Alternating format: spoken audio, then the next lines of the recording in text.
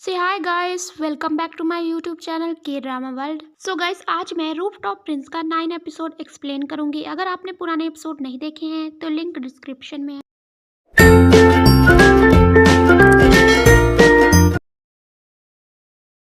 Episode की starting में दादी गुस्से से घर से बाहर आ जाती हैं। दादी कहती है जल्दी तेयोंग को कॉल करो। चमकीली कॉल करती है और कहती है दादी तुम्हें बुला रही है, जल्दी आओ।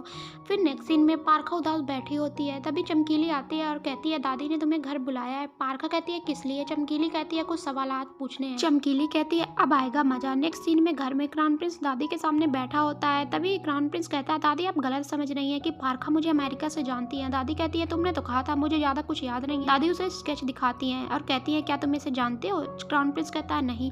तभी चाची पारखा से कहती है तुमने तेयोंग को अमेरिका से जानती हो, जब तुम्हें पता चला उसकी याददाश्त चली गई है तो तुमने उसका फायदा उठाया। पारखा कहती है ऐसा कुछ नहीं है। तभी क्राउन प्रिंस कहता है दादी ऐसा कुछ नहीं है जैसा आप समझ रही हैं। तभी चाची उसे डांटने लगती है। तभी क्राउन प्रिंस कहता है मैं पारखा को लाइक करता हूँ। पारखा उसे देखती रह जाती है। क्राउन प्रिंस कहता है मैं इसके घर इसलिए रहा क्योंकि मैं पारखा को पसंद करता था। पारखा ने कभी मुझे रहने के लिए नहीं कहा, उसने तो मुझे कई बार घर से जाने के लिए, पर मैं ही नहीं माना क्योंकि मैं उसे पसंद करता था। तभी दादी पारखा से कहती है तुमने तो कहा था हमारे बीच ऐसा कुछ नहीं है। फिर दादी गुस्से में कहती है यहाँ से चली जाओ, ऑफिस में कदम मत रखना और जल्दी से जल्दी घर खाली कर दो। फिर दादी क्राउन प्रिंस को भी घर से निकाल देती है। नेक्स्ट सीन में वो घर से बाहर आता है। क्राउन प्रिंस कहता है तुमने मुझे बचाने के लिए यह सब क्यों किया? अगर तुम दादी को बता देती कि मैं तेयोंग नहीं हूँ तो तुम इतनी परेशानी ना होती। आगे कहता है कि तुमने मुझे क्यों बचाया? पारखा कहती है मुझे नहीं पता कि मैं क्या कर रही हूँ। तभी क्राउन प्रिंस कहता है कि तुम अपने घर चले जाओ। फिर क्राउन प्रिंस घर के बाहर ही बैठ जाता है। पारखा कहती है तुम क्या कर रहे हो? क्राउन प्रिंस कहता है चली जाओ यहाँ से। अगले सीन में पारखा घर में होती है। तभी तीनों बॉयज हौसला देते हैं कि सब ठीक हो जाएगा। यंगसुल कहता है कि तुम परेशान ना हो, हम लोग हैं तो। तभी पारखा स्माइल करती है। दूसरी तरफ क्राउन प्रिंस पूरी रात ठंड में बैठा रहता है। घर के अंदर चाची उसे देखती हैं और दादी से रिक्वेस्ट करती हैं कि तेयोंग को अंदर बुला ले, पर दादी नहीं मानती। फिर क्राउन प्रिंस को बहुत ठंड लगती है, फिर भी वह पूरी रात बैठा रहता है। उधर पारखा भी पूरी रात घर के बाहर रहती है।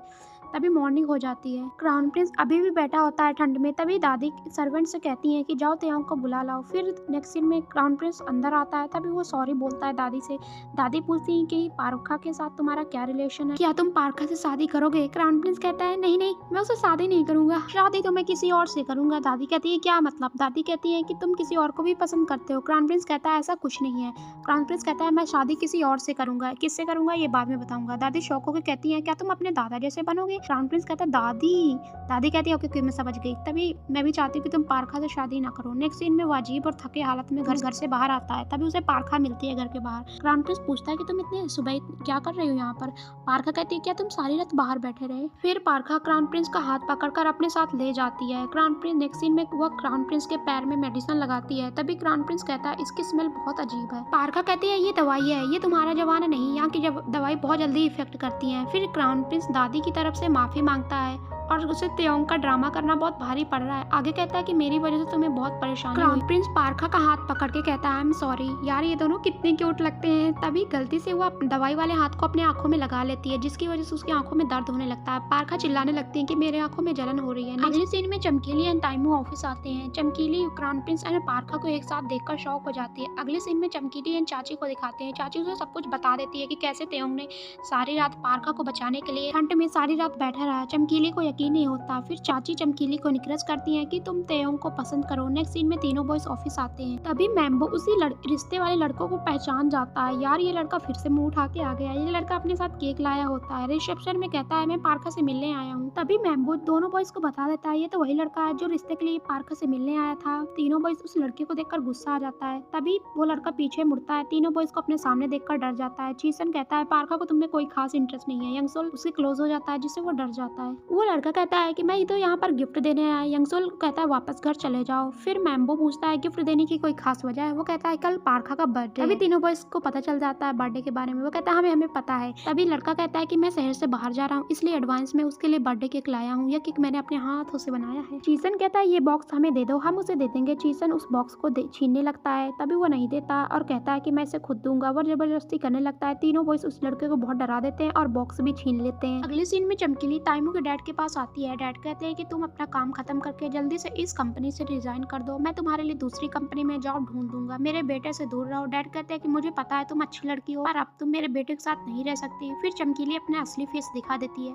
चमकीली कहती है मैं समझ गई आपके कहने का मतलब। चमकीली कहती है अगर दादी को आपकी हरकतों का पता चल गया तो आपका क्या होगा, आप जो कंपनी में खिचड़ी पका रहे हैं ना, मुझे सब पता है। फिर चमकीली डैड को ब्लैकमेल करती है और कहती है मुझसे और ताइमू से दूर रहो वरना काफी महंगा पड़ेगा आपको। फिर चमकीली चली जाती है। डैड तो शॉक मोड में खड़े रह जाते हैं। अगले सीन में तीनों बॉयज केक को देखते हैं। चीसन कहता है इस केक का हम क्या करें, क्या हम इसे पारखा को दे दे। तभी तीनों बॉयज कहते हैं क्या बोल रहे हो तुम। फिर चीसन ताइसू के ऑफिस जाता है, उसे केक दे देता है। वह केक देखकर बहुत ज्यादा हैप्पी हो जाता है। फिर बॉक्स के अंदर उसे एक लेटर मिलता है। उस लेटर को पढ़ के उसे बहुत गुस्सा आता है और कहता है ये लड़के कभी नहीं सुधरेंगे। नेक्स्ट सीन में क्राउन प्रिंस स्क्वैश खेलता है। तभी चमकीली आती है और उसे रोकती है और उसे सही से ना रॉकेट पकड़ना सिखाती है। वह रॉकेट को कहती है ऐसे पकड़ो जैसे तुम किसी से हाथ मिला रहे हो। फिर वह ऐसे ही करता है। तब वो कहता है तुम मुझसे पहले हाथ मिलाओ। फिर क्राउन प्रिंस चमकीली से हाथ मिलाता है। फिर चमकीली उसे सही से खड़ा होना सिखाती है। क्राउन प्रिंस चमकीली के साथ इंजॉय करता है। चमकीली को दूर से घूरता रहता है। यार ये दोनों एक साथ बिल्कुल अच्छे नहीं लगते हैं। फिर दोनों खेलना शुरू कर देते हैं। फाइनली क्राउन प्रिंस खेलना सीख जाता है। नेक्स्ट सीन में दोनों एक साथ बैठे होते हैं। तभी चमकीली को पसीना आने लगता है। वो अपनी रुमाल लेकर दे देता है। यार ये रुमाल तो खो गई थी, इसके पास कहाँ से आ गई। ये रुमाल ना हो गया जैसे कोई कीमती खजाना, कभी भी खो जाता है। चमकीली थैंक यू बोलती है। फिर वह रुमाल की तारीफ करती है। तभी क्राउन प्रिंस को अजीब लगता है। वो कहता है क्या तुमने इससे पहले कभी हैंडमेड चीजें नहीं देखी। वो कहती है नहीं। एक्चुअली गाइस क्राउन प्रिंस को लगता है कि यह रुमाल चमकीली के जोसन एरा वाले वर्जन ने बनाया है, जबकि यह रुमाल पारखा के जोसन एरा वाले वर्जन बोयोंग ने बनाया था पहले एपिसोड में। अगले सीन में चमकीली क्राउन प्रिंस को घर छोड़ती है। वो कहती है कि मैं थक गई हूँ, क्या पानी पी सकती हूँ। क्राउन प्रिंस उसे अपने घर में इनवाइट करता है। फिर दोनों घर आ जाते हैं। पारखा चमकीली को देखकर शॉक हो जाती है। क्राउन प्रिंस पारखा से कहता है इन्हें प्यास लगी है, पानी दे दो। फिर वह पानी लेने चली जाती है। सीन में पारखा पानी लाकर देती है। तभी क्राउन प्रिंस कहता है अगर तुम कपड़े धोने जा रही हो तो ये रुमाल भी धो देना और जरा ध्यान से धोना, ये हैंडीक्राफ्ट है, खराब ना हो जाए। पारखा रुमाल लेकर बॉक्स की तरफ फेंक देती है। पारखा कहती है ज्यादा ही किया रहे तो खुद धो लो। पारखा कहती है मैं कपड़े लेके जा रही हूँ। फिर वो बॉक्स लेकर चली जाती है। पारखा को उन दोनों को साथ देकर बिल्कुल अच्छा नहीं लगता। पारखा बॉक्स ले जा रही होती है। तभी वह रुमाल बाहर गिर जाती है। नेक्स्ट सीन में तीनों बॉयज बेकरी शॉप जाते हैं और कहते हैं कि हमें अपने लिए एक बड़ा सा केक बनवाना है। उधर चमकीली क्राउन प्रिंस की केयर करती है। यार ये लड़का हमेशा चमकीली को प्यार से देखते रहता है। फिर वह कुछ टाइम बाद चली जाती है। चमकीली जब बाहर जाती है ना तो उसे क्राउन प्रिंस वाला रुमाल मिलता है। वो उसे अपने पास रख लेती है। नेक्स्ट सीन में चमकीली मॉम के घर जाती है। मॉम खाना बनाती है। चमकीली कहती है कि आपने मुझे यहाँ क्यों बुलाया। मॉम कहती है आज पारखा का बर्थडे है, पर उसे कोई खास इंटरेस्ट नहीं होता। तभी वहाँ पर पारखा आती है। मॉम उसका वेलकम करती है। ली पारखा को देखकर जाने लगती है। तभी मॉम उसे रोकती है और जबरदस्ती टेबल पर बैठा देती है। मॉम कहती है तुम दोनों एक साथ क्यों नहीं रह सकती। मॉम दोनों को एक करने की पूरी कोशिश करती है पर कोई फायदा नहीं होता। उधर तीनों बॉयज केक बनाते हैं। अपने हाथों से ना वो बहुत बड़ा केक बनाते हैं। तीनों बहुत ज्यादा खुश होते हैं केक बनने की खुशी में। अगले सीन में तीनों खाना खाते हैं। तभी ना मॉम रिंग के बारे में पूछती है। चमकीली कहती है मुझे किसी ने गिफ्ट की थी। फिर पारखा चमकीली की मॉम को मॉम कहकर बुलाती है। बस इतने में चमकीली भड़क जाती है। फिर चमकीली पारखा को बहुत बुरा भला बोलती है। चमकीली मॉम से कहती है जब तक ये लड़की यहाँ रहेगी मुझे मत बुलाना। चमकीली पारखा का पूरा बर्थडे खराब कर देती है। फिर वह गुस्से में घर से चली जाती है। मॉम उसे रोकने जाती है पर वह चली जाती है। उधर तीनों बॉयज फ्रिज में केक को रखते हैं। तभी क्राउन प्रिंस पूछता है केक किसके लिए है। यंगसोल कहता है कल पारखा का बर्थडे है। यंगसोल कहता है पार्टी में और क्या क्या चीजों की जरूरत होती है। क्राउन प्रिंस रूड वे में कहता है उसके लिए केक ही काफी है। फिर चीसन कहता है चलो बेकी एंड मिमी से पूछते हैं। नेक्स्ट सीन में वो बेकी एंड मिमी के पास जाते हैं। मिमी कहती है पार्टी के लिए सबसे जरूरी cheese cake and cone head and पटाखे। तभी बेकी कहती है हम लोग बर्थडे में नहीं आ पाएंगे क्योंकि हमें काम से कुछ दिन के लिए दूर जाना है, बट हम एडवांस में विश कर देंगे। मिमी कहती है बर्थडे में बर्थडे सॉन्ग बहुत इंपॉर्टेंट होता है। फिर वह हाथ जोड़कर कहती है हैप्पी बर्थडे टू यू। फिर तीनों बॉयज उसकी कॉपी करती हैं। अजीब हालत में कहते हैं हैप्पी बर्थडे टू यू। उन्हें देखकर बहुत ज्यादा अजीब लगता है। नेक्स्ट सीन में पारखा वही रुमाल को पूरे घर में ढूंढती है पर वो कहीं नहीं मिलता। क्राउन प्रिंस उसे डांटता है कि रुमाल कहाँ गया, अच्छे से ढूंढो पूरे घर में। प्रिंस कहता है कि मैंने तुमसे कहा था कि ये रुमाल बहुत ज्यादा कीमती है, उसे संभाल के रखना। पारखा कहती है मैं दूसरा खरीदूंगी। क्राउन प्रिंस गुस्से में कहता है उस जैसा दूसरा कोई नहीं है, तुम बहुत अजीब और केयरलेस लड़की हो। वो रुमाल काफी कीमती है, वो कहीं और नहीं मिल सकता। पारखा कहती है डोंट वरी मैं ढूंढ लाऊंगी। फिर पारखा चली जाती है। तीनों बॉयज को बिल्कुल अच्छा नहीं लगता दोनों की फाइट को देखकर। नेक्स्ट सीन में दोनों बॉयज पार्टी का सामान लेकर आते हैं पर यंगसोल कुछ और ही ले आता है। यंगसुल को कुछ भी समझ नहीं आता, बहुत ज़्यादा कंफ्यूज होता है। अगले सीन में पारखा वही लॉन्ड्री शॉप में जाती है जहाँ पर बहुत सारे कपड़े होते हैं। पारखा देखकर बहुत ज़्यादा शॉक हो जाती है। शॉप वाला कहता है तुम्हें लगता है तुम एक छोटा सा रुमाल इन कपड़ों में ढूंढ पाओगी? पारखा कहती है कि मैं पूरी कोशिश करूंगी। शॉप वाला कहता है कि कल सुबह तक का टाइम है, सारा कपड़ा पैक होकर वापस चला जाएगा। पारखा हैरान हो जाती है। दूसरी तरफ चमकीली वही रुमाल को देखती है और स्माइल करती है, जरूर इसके दिमाग में कुछ तो चल रहा है। इस सीन में क्राउन प्रिंस रात को पारखा का वेट करता है पर वो नहीं आती है और पूरी रात घर के बाहर ही उसका वेट करता है। उधर पारखा बहुत सारे कपड़ों में से वही रुमाल को ढूंढती है पर उसे नहीं मिलता। वो बहुत ज्यादा कोशिश करती है, सारी रात उस रुमाल ढूंढने में निकल जाती है। नेक्स्ट मॉर्निंग वह थकी हारी एंड बुरी हालत में बाहर आती है। फिर वह घर जाती है। तभी क्राउन प्रिंस पूछता है कि तुम पूरी रात कहाँ थी? मैंने तुम्हें कितनी कॉल की, तुमने पिक नहीं की। पारखा कहती है बैटरी डेड हो गई थी। क्राउन प्रिंस कहता है क्या तुम रुमाल ढूंढ रही थी? वो हाँ बोल देती है। पारखा सॉरी बोलती है। क्राउन प्रिंस कहता है कोई बात नहीं, वो मेरी चीज है, मेरे पास वापस आ जाएगी। यार ये डायलॉग तो पहले भी मार सकता था। क्राउन प्रिंस कहता है जाओ रेस्ट करो। नेक्स्ट सीन में तीनों बॉयज पानी पीते हैं। तभी क्राउन प्रिंस वहाँ आता है, पारखा के बारे में पूछता है। तभी चीसन कहता है उसकी तबीयत बहुत खराब है, उसे बहुत ज्यादा फीवर है। नेक्स्ट सीन में क्राउन प्रिंस पारखा के रूम में जाता है उससे मिलने के लिए। क्राउन प्रिंस उसकी तबीयत के बारे में पूछता है। फिर वह पारखा की नब्ज चेक करता है। पारखा कहती है क्या तुम्हें चेक करना आता है? क्राउन प्रिंस कहता है आप चुप हो जाओ। क्राउन प्रिंस उसकी नब्ज चेक करता है। फिर पारखा पूछती है क्या निकला? क्राउन प्रिंस कहता है ये स्पेशल टाइप की बीमारी है जो ज्यादा बोलने से होती है। क्राउन प्रिंस वो दवाई लिख देता है। फिर वह लेस्टर चीसन को दे देता है और कहता है ये दवाई जल्दी से जाकर ले आओ। फिर क्राउन प्रिंस कहता है आज बेचारी का बर्थडे है और वो आज वो बीमार पड़ी है। नेक्स्ट सीन में ताइमू के डैड मैनेजर को ब्लैकमेल करता है, लिली का फ्लैट वाला एड्रेस ले लेता है। नेक्स्ट सीन में वो ताइमू के डैड फ्लैट पे जाते हैं जहाँ पर ऑलरेडी उसकी मॉम होती है। वो पासवर्ड ट्राई करती है, पासवर्ड रॉन्ग होता है। फिर ताइमू के डैड वहाँ पर एक वुमन को देखकर बहुत ज्यादा कंफ्यूज हो जाते हैं। तभी मॉम एक नोट लिखने के लिए उसी से पेन मांगती है। डैड उसे पेन दे देते हैं। मॉम उसमें नोट लिखकर वहीं पर चिपका के चली जाती है। ताइमू के डैड उस नोट को पढ़ लेते हैं और उन्हें चमकीली का पूरा सीक्रेट पता चल जाता है। नेक्स्ट सीन में यंगसुल दवाई बनाता है। तभी वहाँ पर पारखा आती है। यंगसुल कहता है कि तुम यहाँ क्या कर रही हो, तुम बीमार हो। फिर वो उस दवाई के बारे में बता देता है और कहता है कि क्राउन प्रिंस को दवाई के बारे में काफी नॉलेज है।